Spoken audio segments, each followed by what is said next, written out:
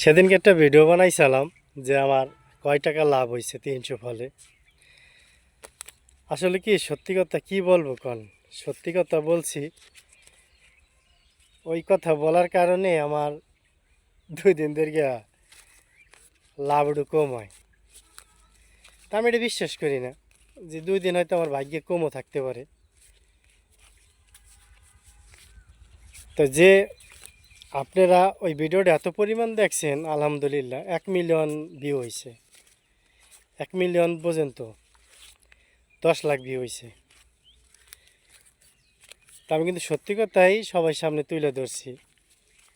আমি কোনো দিন মিথ্যা কথা বলি নাই ব্যবসার খাতিরে, এমনি যাই হোক। তো এর লেগে অনেকে কয় কি যে তুই সত্যি কথা বলছিস, মানুষের মুখ লাগছে।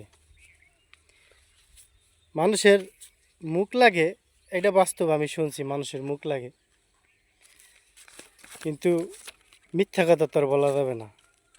সত্য কথা বইলা সাগর যদি পাড়ি দেওয়া লাগে তাও দেব।